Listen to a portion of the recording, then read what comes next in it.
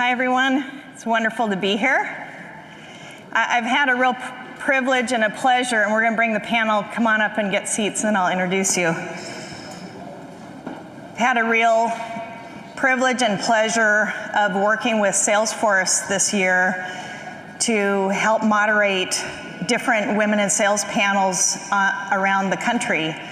We did one in Boston, we did one in DC, we did one in New York, and now Dreamforce. So it's fantastic.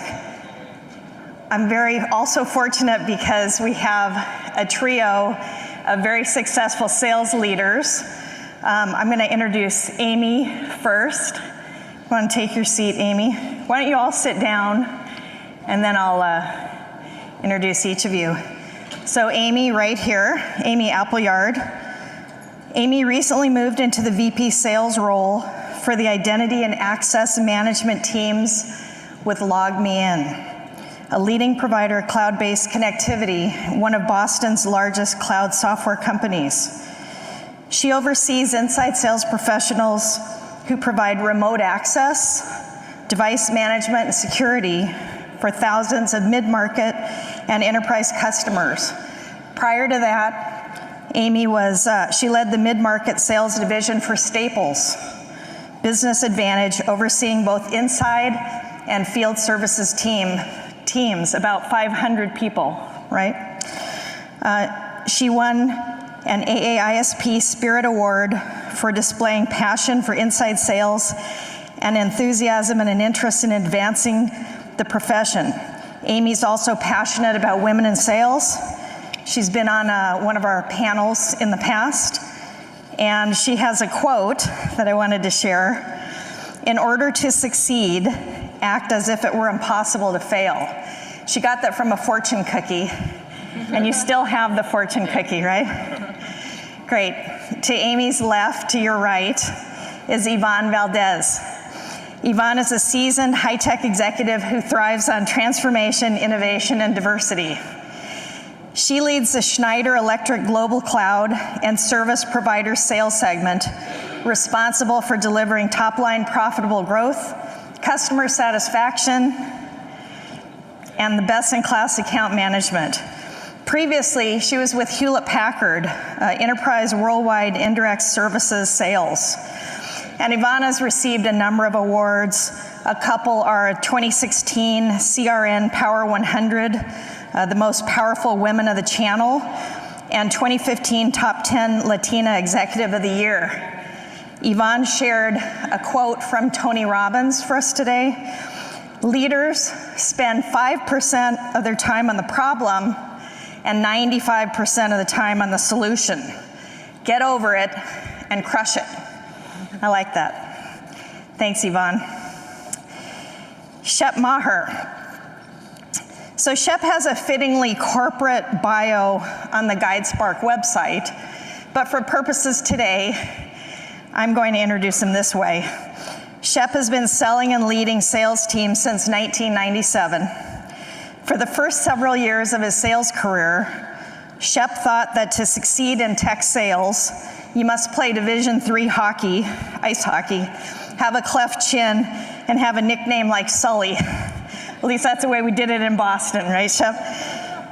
Over time, Shep has come to realize the power of a diverse sales team and has used diversity as a secret weapon to power high-performing teams at companies large and small. When I asked Shep for a quote, he gave me the Eleanor Roosevelt quote, "People are like tea bags. You never know what they're made of until you stick them in hot water." So please welcome our panel. Can I have a hand for our panel? Thank you.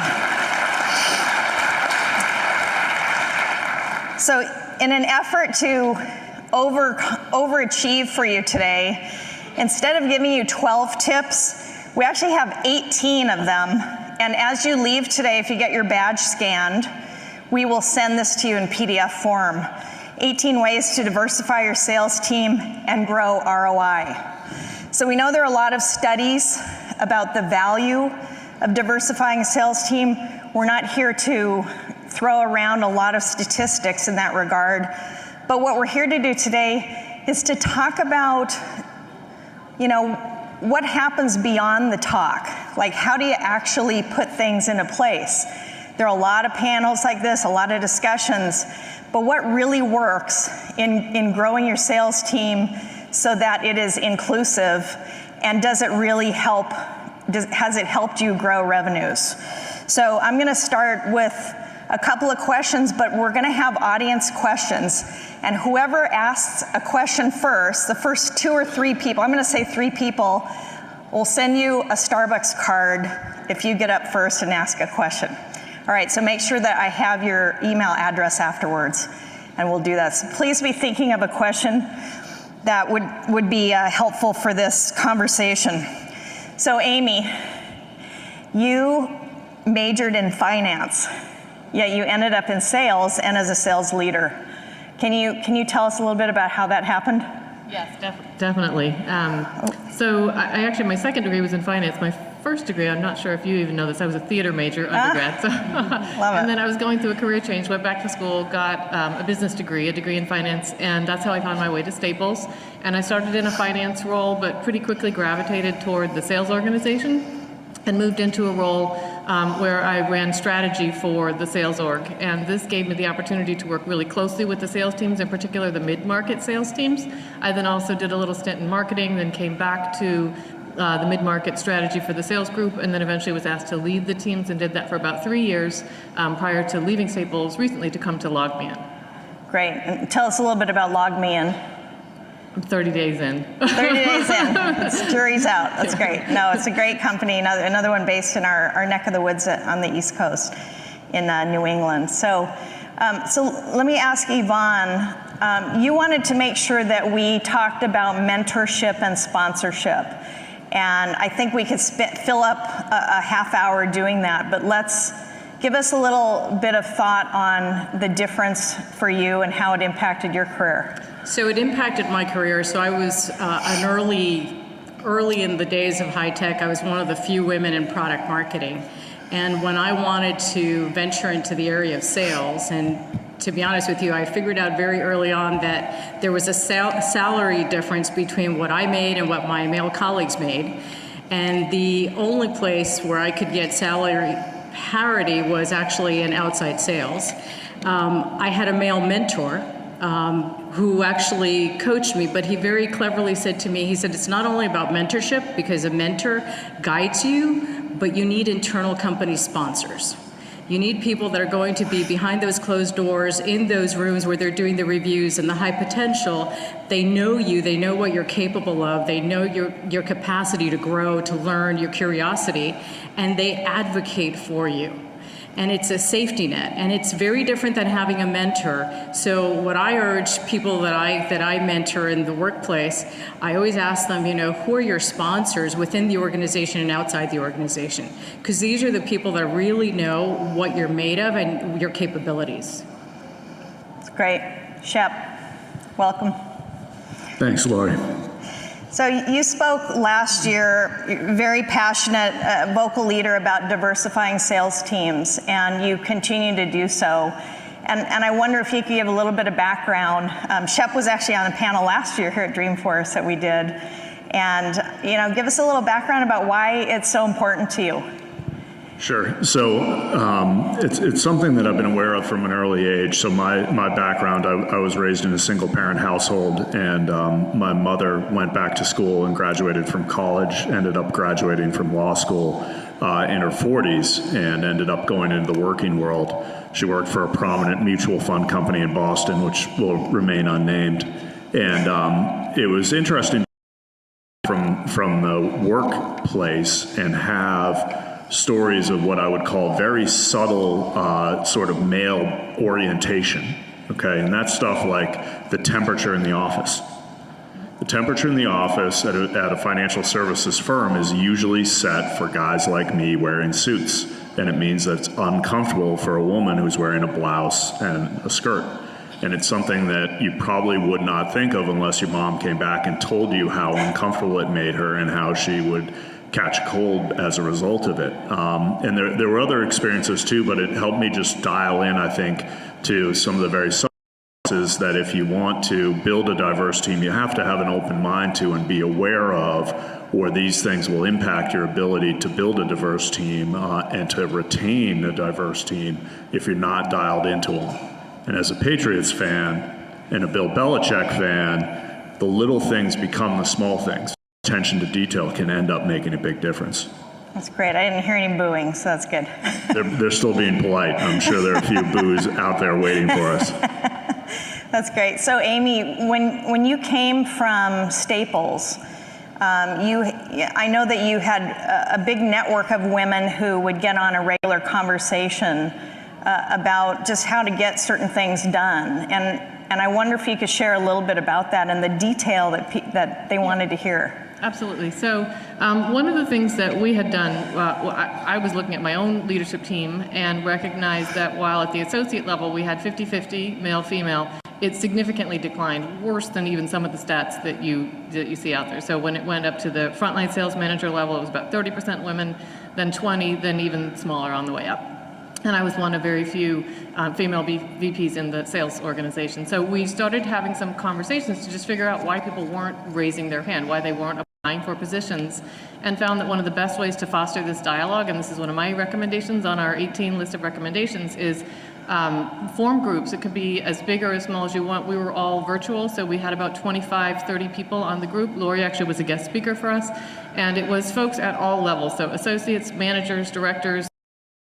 So you had quite a range of access to ideas and situations and just a lot of different questions. So I had questions for the associates, they had questions for me, really open, candid, honest dialogue. And it could be from things around, who in your household picks up the dry cleaning and does the cooking, to specific things like what's it like to work for this particular leader, the person who I reported into.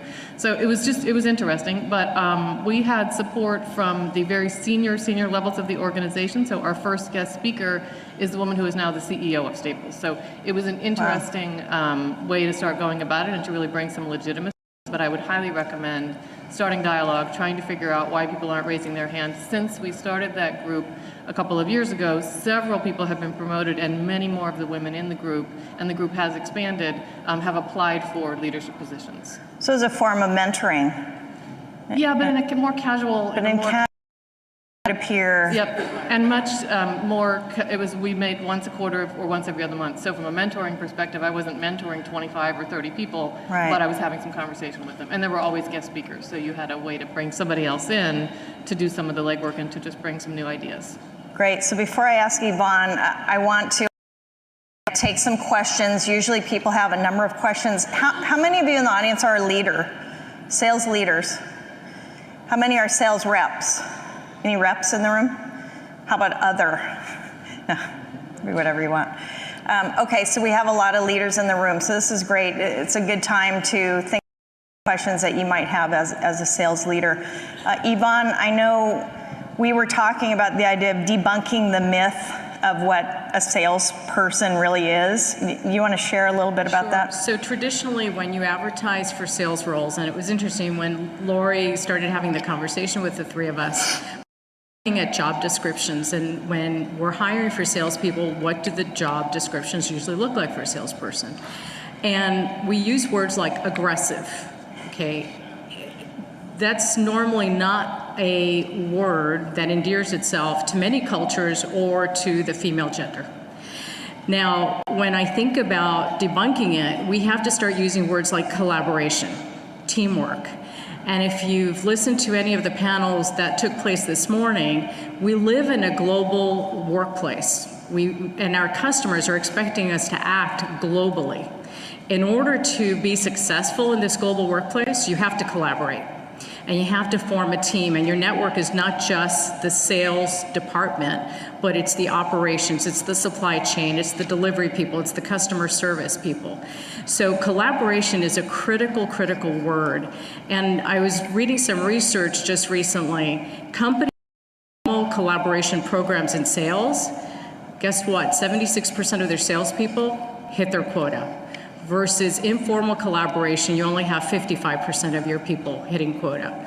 So to me, it's near and dear to my heart. It's something that I actually put in people's MBO programs and their programs, and I want to constantly see that they're being collaborative in everything they do. Great. And I wanted to mention that there's a new data set that's going to be shared today by Discover.org. You familiar with Discover.org?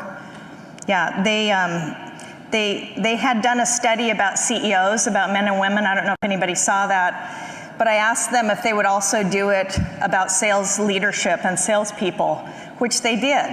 It was great. Never hurts to ask. They looked at 31,000 sales team members, and in their data set, overall was 23% women, 77% men.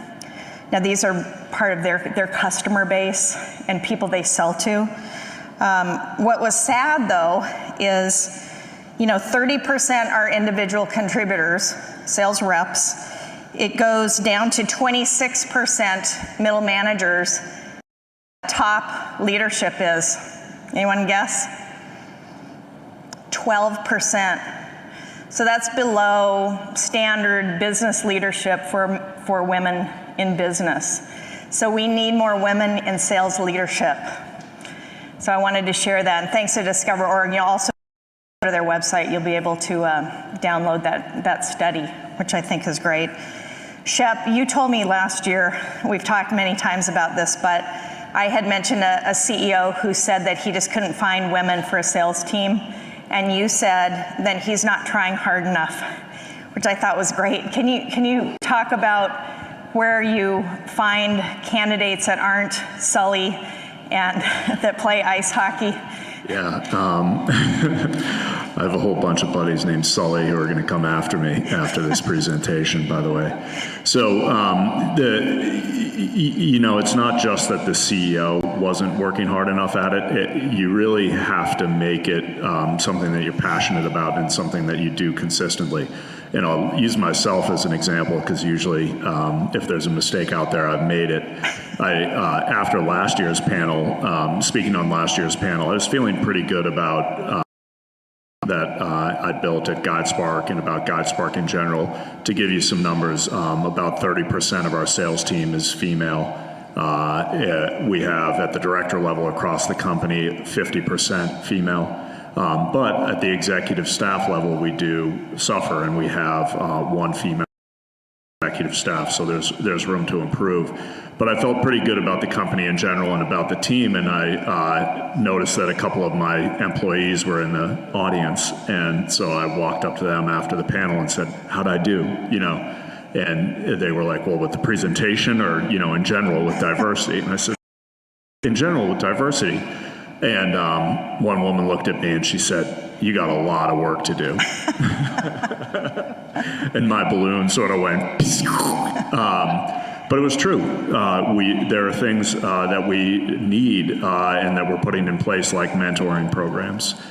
So you really have to challenge yourself constantly to A, be on the lookout for talent, B, be on the lookout for things in your organization, whether it's the temperature that I mentioned earlier, the job descriptions that are attracting people to the organization, or the frat boy atmosphere, right? It's really easy to slip into a frat boy locker room atmosphere in a sales pit, and you have to be on guard against that, or else people will walk in when they come to interview and they will say, "This is not the right place for me. It doesn't feel right." So it may not just be that about getting out and beating the bushes in the right places. It's about what does that culture feel like when you walk in, and is it welcoming to people of different ethnicities, genders, sexual orientations, et cetera. And if it's not, you better fix it, or you will not be able to attract that great talent when they do come through the door. Right, because they'll interview and then they'll go somewhere else, typically. If they can't see themselves working in a role and in leadership, a lot of companies lose people at that point, for sure. Who has the first question? Yes, go right to the microphone, right to there you go. Hi, I'm feeling brave today. Okay, so I have a 100% female sales team, so I have 100% female, wow. Yeah, woo, I know, girl power. But what industry, may I ask? Insurance. Insurance, yeah, okay. Yeah, so interesting. Where I am on the other side is I've been trying very hard this year to add a couple gentlemen to our team, and we can't quite find the right candidates. So, you know, I've got these words of maybe words not to use to attract females, but any great. recommendations? Well, on the other I just side? want to say one thing, which is the best sales teams have a combination of men and women. So it goes either way. So you definitely want to get some men on your team, and it's going to be good for your bottom line. Defer this one to me. I was going to say, what's the name of your company? Because I might want to come recruit some of your people, especially the talented ones. Now I'm not going to tell you. No, I can it's, send you plenty of dudes. So that's a great question. That, you know, one thing that I guess a question back to you is, are you having trouble getting people in the door to interview, or do you lose them once they come in and interview? It's really been, so our sales team's only 2 years old for an organization that's 85 years old. And so we're definitely new in our approach, and it's really been more of kind of recruiting people that we knew in our networks kind of thing, and we brought them in just to kind of get us going and get us on the map. So we haven't been too strategic of, you know, what's that next level of our recruiting efforts. Yeah, I think so. So here's a thought. I think it's a really complex, and it's one that I'm happy to spend some time with you after the session on. But one thought is there's a great article in the Harvard Business Review last month about diversity, actually 3 or 4 articles.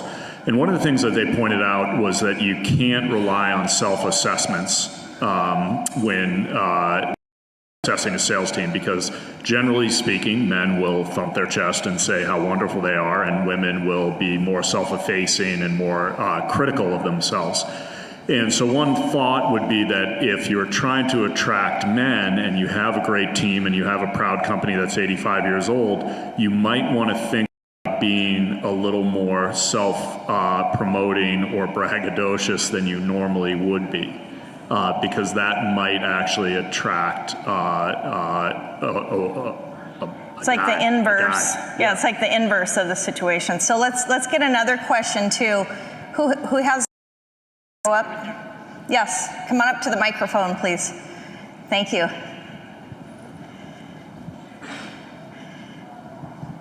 Hi there. I work for a really small company, and my team is 4 people, including myself. So it becomes very hard to create a diverse environment when if 2 you suddenly have a similar group of people. Are there ways that we can compensate for a small group but still get a diverse range of thought and idea sharing?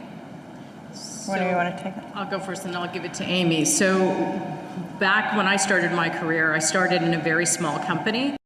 The way that I balanced that is I actually looked for professional organizations, whether they were the California Business and Professional Women's Association, local chapters. There's always been, back in the 80s, you know, working mothers, we had groups, and you need to find that network.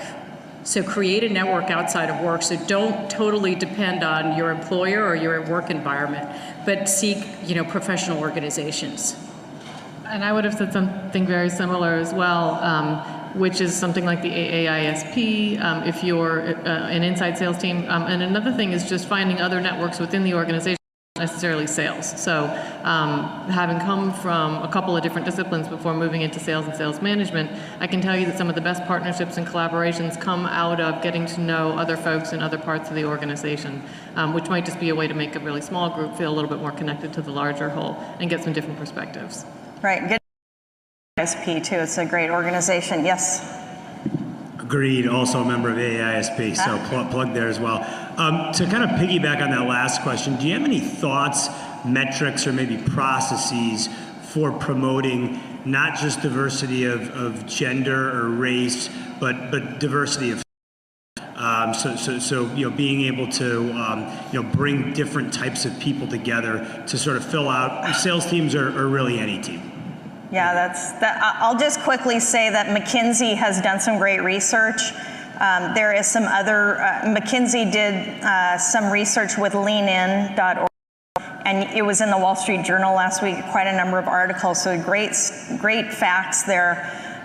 There's also the groupthink whole conversation that we probably don't have time to get into today, but that diverse opinions yield better results. Well, and Tim Sanders this morning talked about the power of 4. And it's interesting, I started thinking about when we're doing deals, my strategic account executives, I always force them to bring supply chain, to bring operations, and bring delivery into the picture, right? Because they're looking at the deal from a different color lens. So it's very nice to have the different point of views, the different disciplines, and Tim talked about the power of four is like the maximum, because over that you get diminishing returns. And I can actually say that when we have 4 or 5 people strategizing on a deal, we're much more successful, get the, to the end game faster. Shep. No, you go ahead. I was just going to say that of the magic moment in that presentation, I absolutely took a picture of that bar chart going all the way up to 4, because I think that the results show that when you get 4 people working on something, it will deliver. In my mind, that absolutely would bring diversity of thought, because it's a challenge, right, to see if you can do it. Yeah, so your question is an awesome one, and it's something I feel really passionate about, and that diversity is much bigger than just, skin color or religion or sexual orientation. It really ain't insane. And you have to, when you can create a diverse sales team, this is where the secret weapon piece comes in. So the secret weapon is that you have a diverse set of opinions and perspectives to solve a problem. And after all, sales is problem solving. How do I get this person who won't respond to me to respond to me? How do I get this deal that's been sitting on the goal line and been promising to my manager for the past 3 quarters actually over the goal line? And when you have a bunch of guys who played college lacrosse in an Ivy League school, you're going to have one perspective. And when you have a rich fabric, it's like enriching the gene pool, you're going to have a bunch of different perspectives. So the advice I would give you is don't fall into the trap of saying, oh, we hire college athletes or we hire lacrosse players from Princeton, because you're going to end up with one set of opinions. Thank you for sharing that. College athlete as a son, and he couldn't sell. Just because you're an athlete, it doesn't mean that you can sell. It means if you, thank you, there's applause in the back. But there's a myth going, that's one of the myths of sales, that you need to hire athletes. Any last questions? I thought we had one more. Yes? I know you're on time. Quick. Well, it's not very quick, that's the problem. Oh, okay. I think the challenge is, I have views from hundreds of students who go to organizations who claim a culture of diversity, but they haven't quite yet. So a lot of the students will come back and say, yeah, there's no diversity there. Yeah. Even though the strategy is diversity. What advice would you give to leaders that that's one of the challenges? New people are coming in and don't see the diversity, even though you have a strategy of diversity. Right, and I want to say we are on the clock and we are done with time. This is what we need to carry the conversation forward. It's a person at a time. It's a conversation at a time. This is recorded. Hopefully lots of people will see it online. And we make change one person at a time, one interaction at a time. Thank you very much to the panel. How about a big round of applause?